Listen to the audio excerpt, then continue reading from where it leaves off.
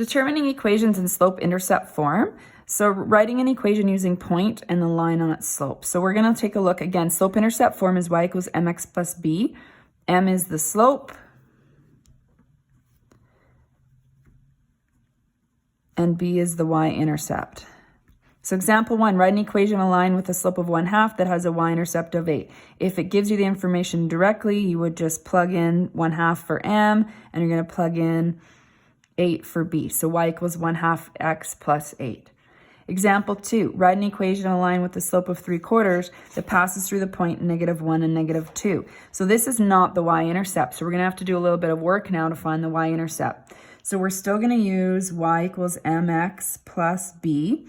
We know the slopes. I'm going to plug in the parts that I know. Y equals 3/4 x plus b. I now need to find b. As long as I have a point on the line, I can use this. So this represents a point on the line x and y, which means that I could substitute -1 in for x, -2 in for y, and that would leave just one variable to solve for. So that's what I'm going to do. I'm going to plug -2 in for y. 3/4 is the slope. X, I'm going to plug in -1 plus b remains.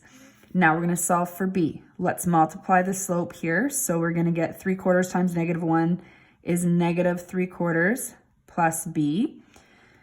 Now I know I can move this over, but then I'm working with fractions and getting a common denominator. So I find it easier to clear a fraction when we're solving linear equations with fractions. So that's the method I'm going to choose to do to show you. So to clear the fraction, I'm going to multiply both sides by the denominator. So in this case, the denominator is 4. So I'm going to multiply this side by 4 and then multiply this side by 4. So 4 times -2 is -8. -3/4 times 4 the 4's would cancel out and you would just be left with -3 plus 4 times b. Don't forget you're multiplying this through the brackets. So you're multiplying 4 times b as well.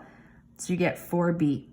Now I need to isolate b, so I'm going to move 3 to the other side. So if I add 3 to both sides, we'll go up here. So -8 plus 3 is going to give me -5 is equal to 4b.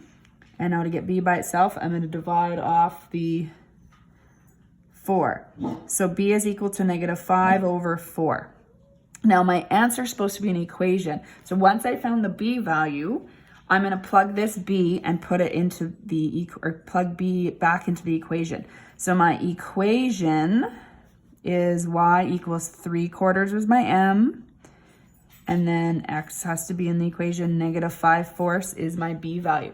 So your final answer goes back to just having the y and the x variable in it. And then you've got your slope always and your b value. So similarly to here where you just have your slope and your b value in the equation. You use the point x and y just to find the b value.